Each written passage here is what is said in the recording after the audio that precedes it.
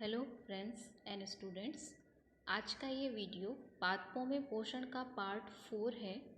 इससे पहले इस चैप्टर के 3 वीडियोस हम डाल चुके हैं, जिनमें हमने डिस्कस किया प्रकाश संश्लेषण, स्वपोषी व विषमपोषी पादप, परजीवी, मृतजीवी जीवों के बारे में।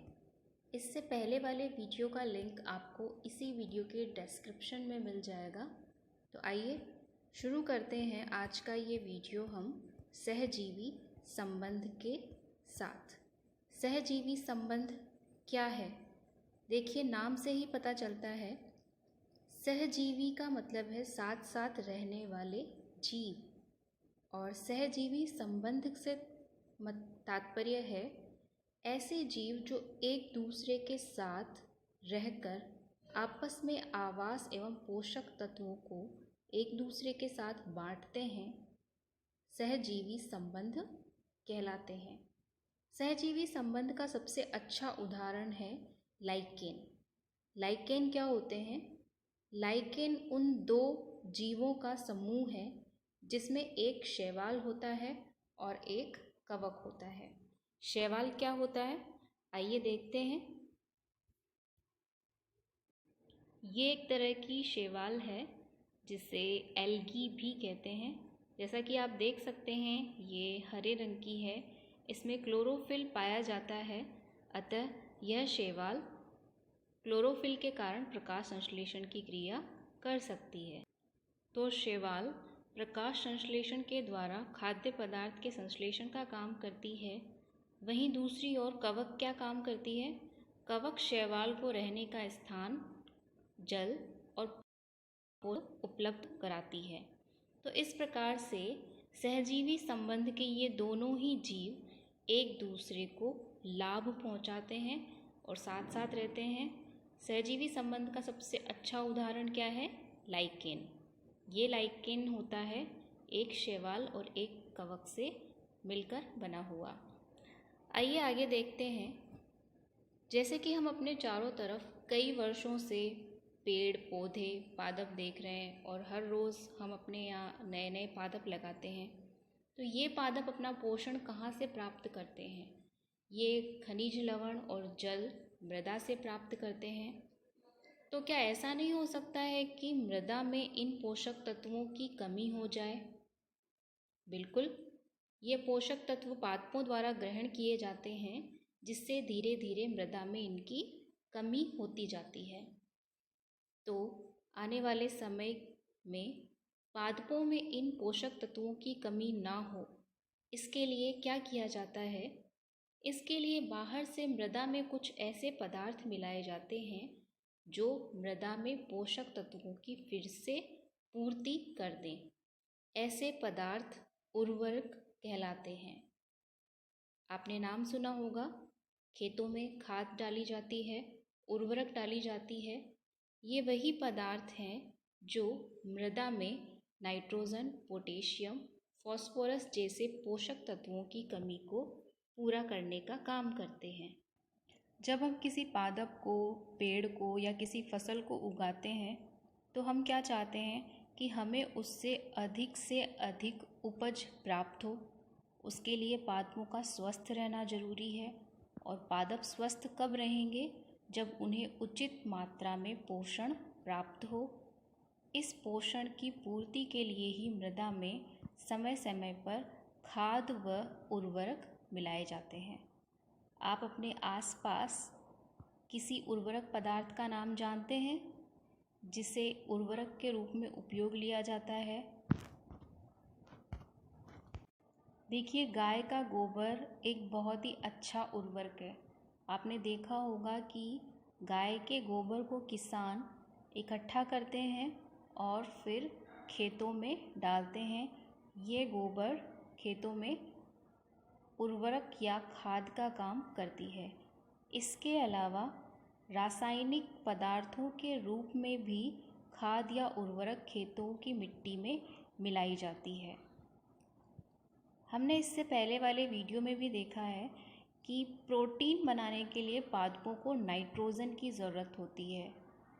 तो लगातार नाइट्रोजन उपयोग में आने की वजह से मृदा में नाइट्रोजन की कमी हो जाती है।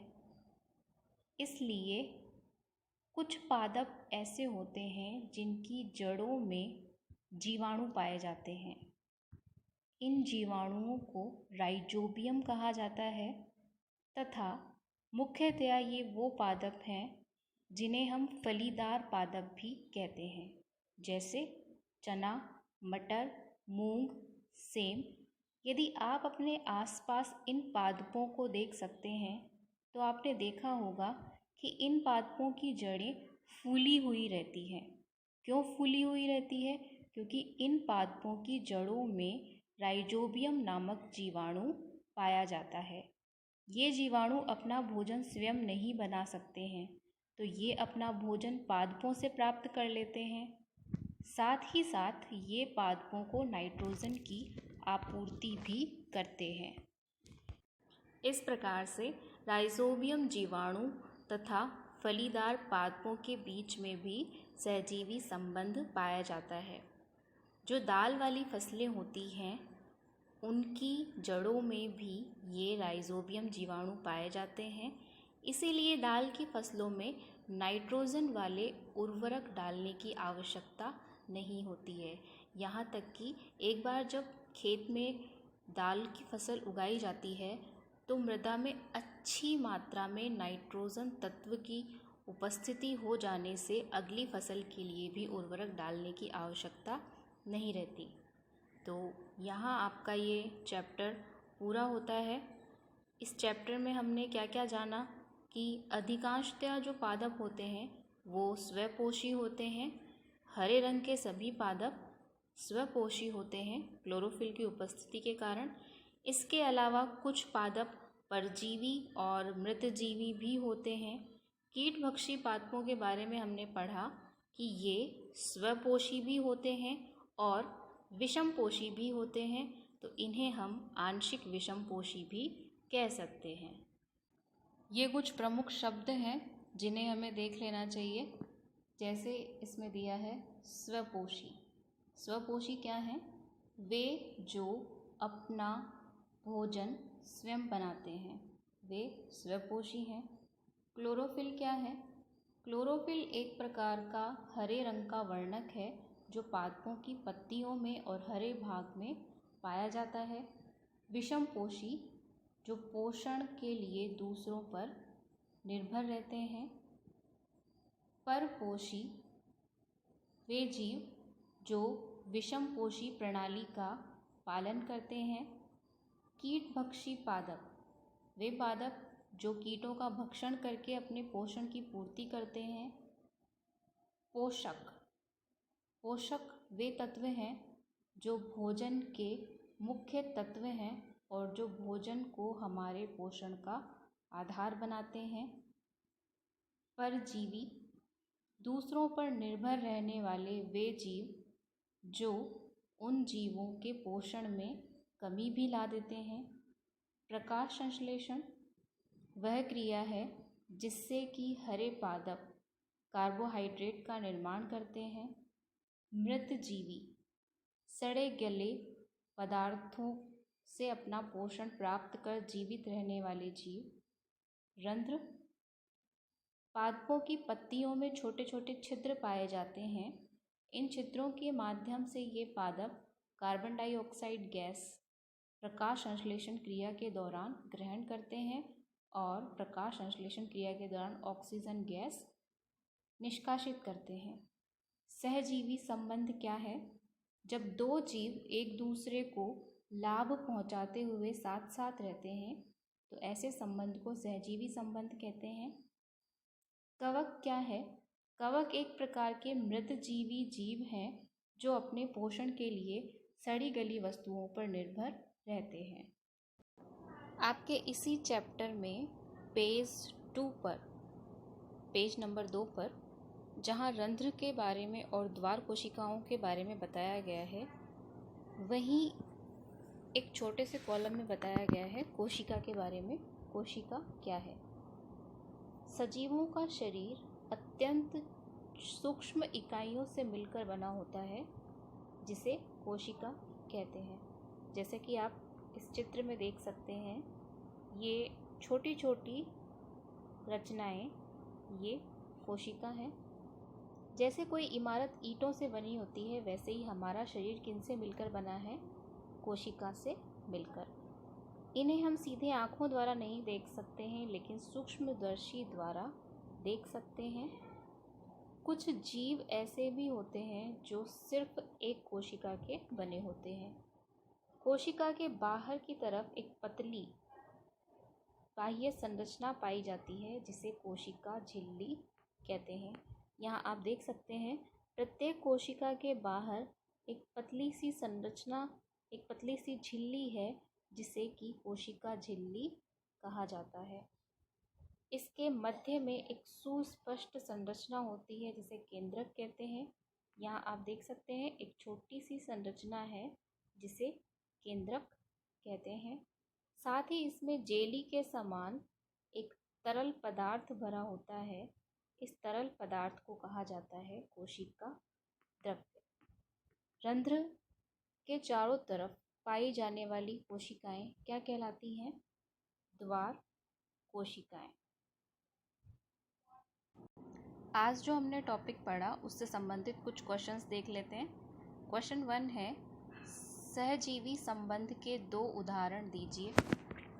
तो इसके 2 उदाहरणों में एक तो हो जाएगा लाइकेन, जो कि सहजीवी संबंध का सबसे अच्छा उदाहरण है, और दूसरा उदाहरण हो जाएगा राइजोबियम जीवाणुओं के साथ में दाल वाले फसलों का सहजीवी संबंध। सेकंड क्वेश्चन है, उर्वरक क्या हैं? ऐसे पदार्थ जो मृदा में पोषक तत्वों की कमी को पूरा करने का काम करते हैं, उर्वरक कहलाते हैं।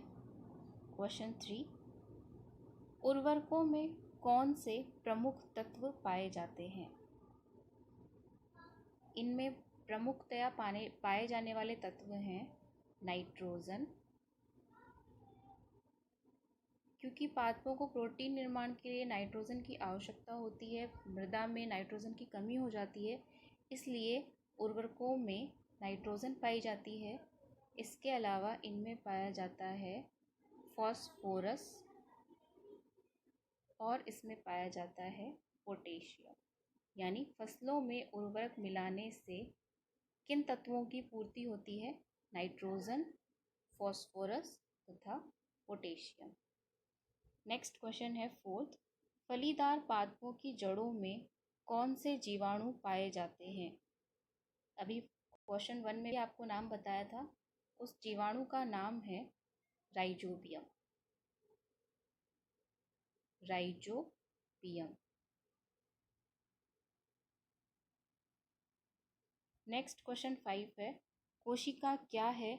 इसकी संरचना चित्र बनाइए। अभी कुछ देर पहले ही हमने देखा, कोशिका क्या है?